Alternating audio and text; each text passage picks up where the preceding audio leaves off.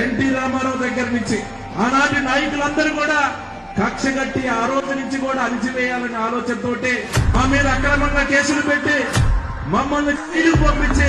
మమ్మల్ని లొంగ తీసుకోవడానికి ఒక ప్రయత్నం ఆ రోజే మొదలైంది 94లోనే. ఆ రోజు నుంచి